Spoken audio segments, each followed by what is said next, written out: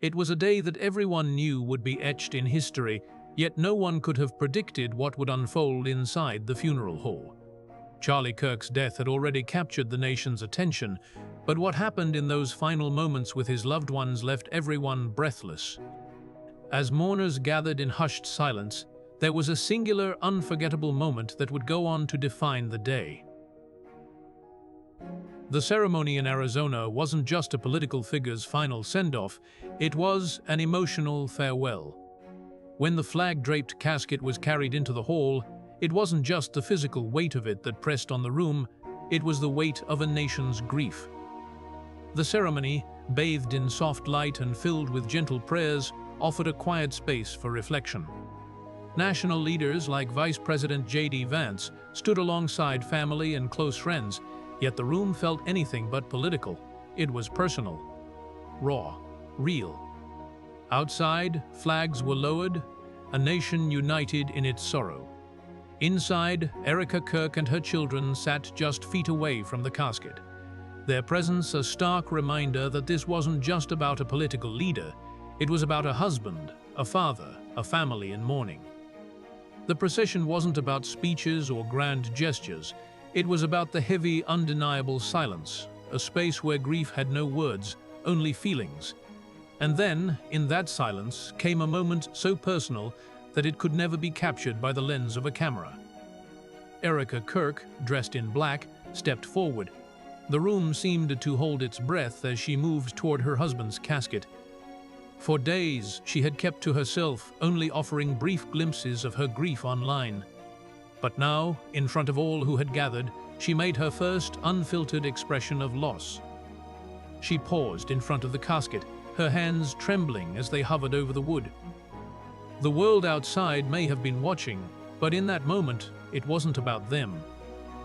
It was just a wife, overwhelmed by grief, standing over the body of the man she loved. She leaned over, and for what felt like an eternity, the room was still. The silence that followed wasn't uncomfortable, it was reverential, a collective breath held in awe. Erica placed her hand on the casket, not in ritual but in the purest, most unguarded expression of sorrow. The cameras clicked, capturing a moment that would soon be everywhere. But in the room, it was far more than a photograph. It was the essence of love and loss, and the rawness of it was impossible to ignore. As she gently clasped her husband's lifeless hand, Erica's grief poured out, tears fell freely, and she pressed her face close to him, kissing his hand as if begging for one last moment, one last connection. It wasn't just about saying goodbye, it was about holding on to something that death couldn't take away. The simplicity of the gesture, a hand held between the living and the dead, spoke volumes. There were no grand speeches, no pomp, no political undertones, just a woman who loved deeply and had lost everything. That was the image that lingered, etched in the hearts of all who saw it. And it wasn't just his supporters who were moved. It was the world. The response was immediate, and it wasn't about politics. It was about humanity. Erica's tribute transcended everything beyond her husband's mission, beyond his views. It became a symbol of love enduring in the face of unspeakable pain. Across the country, churches shared the image, and social media lit up with words of sympathy. It wasn't just about a political figure, it was about a woman and her family, united in grief. When Erica finally spoke, her words resonated with the same raw power as her silent gesture. She wasn't speaking as the wife of a public figure. She was speaking as a mother, a wife, a woman whose life had been irreparably changed. She described Charlie not as the man the world had known, but as the man who had been her partner, her protector, the father of their children. The part that left everyone breathless was when she shared what she had told their young daughter, "Daddy's away on a work trip with Jesus." It was the kind of truth only a mother could offer her child, a truth wrapped in love and comfort amidst heartbreak. Erica's words turned grief into resolve. She vowed that Charlie's mission would continue, that his voice wouldn't be silenced. She urged the mourners not to let anger define the tragedy, but faith. In that single powerful moment, Erica transformed the ceremony into a call for perseverance, a message that even in the wake of loss, love, and conviction could carry on. Faith, too, was woven throughout the ceremony.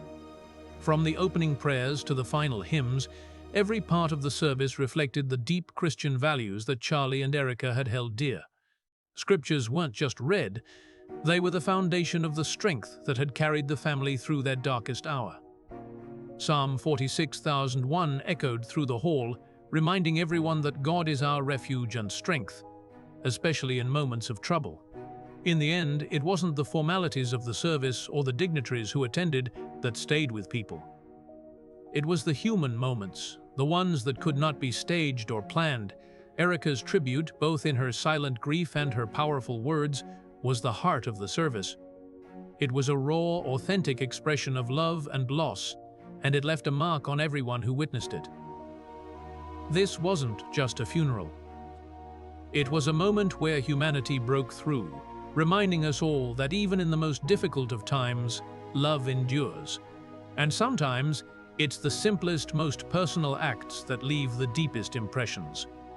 As the funeral for Charlie Kirk unfolded, it wasn't just the ceremony that weighed heavy, it was the moments, the quiet ones, the ones that transcended words. Erica Kirk had shared a passage on social media hours before her husband's tragic death, a verse that had carried a quiet power in the midst of their lives. Hearing it again at the funeral felt like a full circle, as though faith had been quietly preparing them for the storm that was about to hit. The mourners, gathered in this solemn space, found solace in the hymns that filled the hall.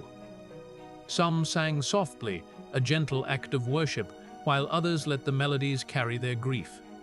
The prayers, the songs, each note and verse brought together sorrow and hope, as if to say, "You are not alone in this."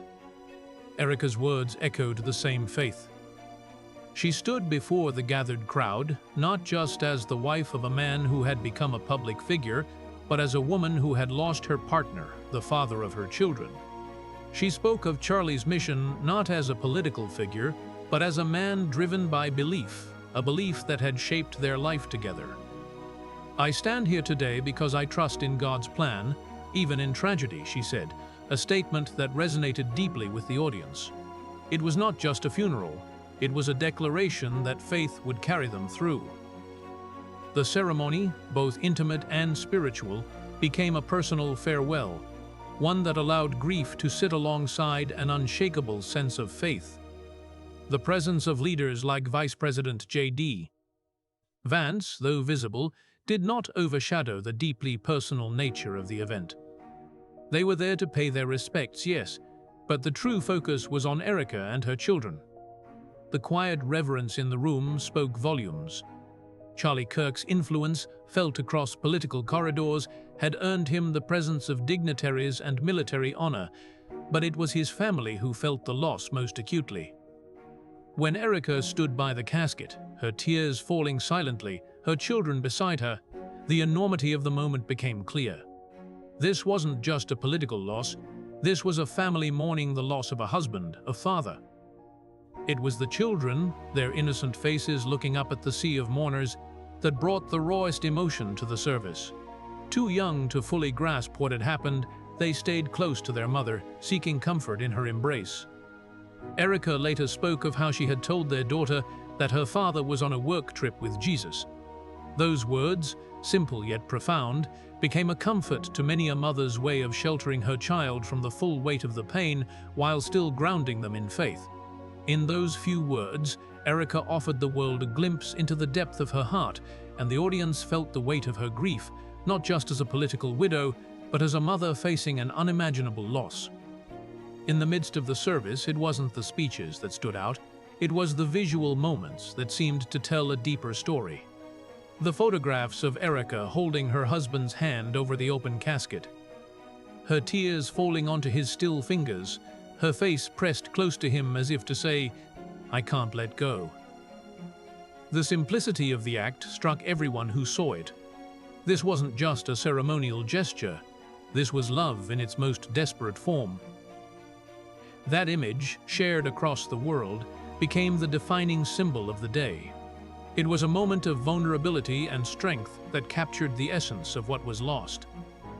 The photos that emerged from the funeral of the flag-draped casket, of Erica walking beside Vice President Vance, of her children quietly seated beside the family, spoke to something far beyond politics. They told the story of grief, of resilience, and of a family enduring unimaginable loss. Erica herself added to these visuals, posting a series of photos on Instagram captioned with, "They have no idea what they just ignited within this wife." In that, her grief became something defiant, something that spoke of both heartache and resolve.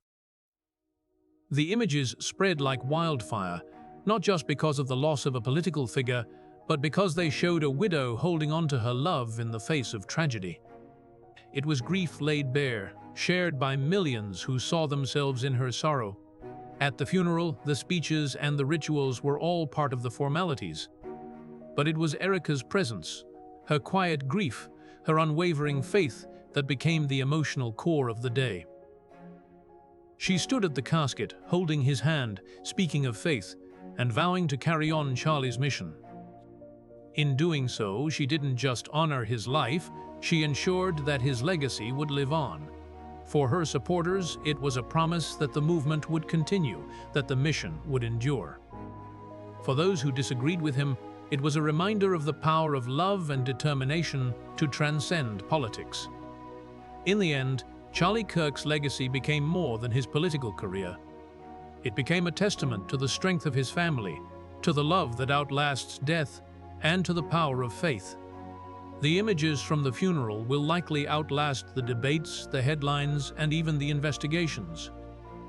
They captured not just a political figure's farewell, but a family's grief, a mother's strength, and a nation's collective heartache.